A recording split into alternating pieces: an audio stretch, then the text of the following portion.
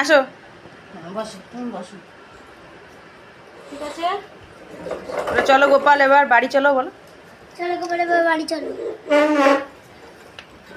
এই চালা খাও।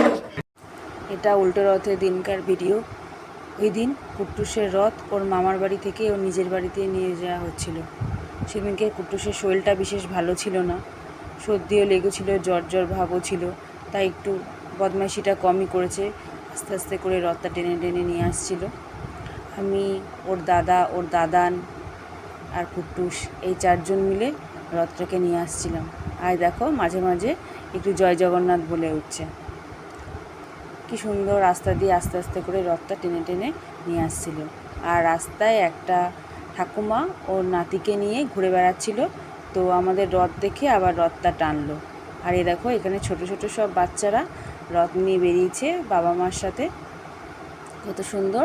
আর আমাদের রথটা দেখে ওরা দাঁড়িয়ে দাঁড়িয়ে দেখছিল। আর দেখো আস্তে আস্তে রথটা বাড়ির দিকে রওনা হচ্ছে। সেদিনকে একটু বিশেষ সন্ধ্যাও হয়ে গেছিলো, তাই জন্য আর আমরা দেরি করিনি। রথটাকে বেশি ঘোরায় নিয়ে সোজাসুজি ওর মামার বাড়ি থেকে বাড়িতে নিয়ে চলে গেছিলাম। এই যে এটা হচ্ছে আমাদের মাঠ, আর এই মাঠের পাশে রাস্তা দিয়ে রথ নিয়ে যাচ্ছি। আর রাস্তায় ওর একটা পিপির সাথে দেখা হয়ে গেছে। এই পিপিটার সাথে সোজা রথের দিনও দেখা হয়েছিল। তো পিপিটা দেখো রথ দেখে রথ টানছি কি সুন্দর করে।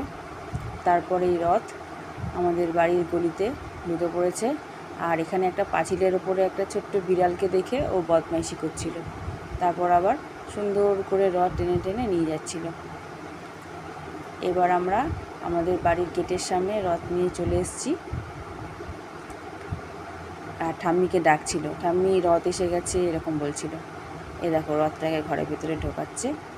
আর তারপরে রথটাকে সুন্দর করে নিজের জায়গায় রেখে দেওয়া হলো।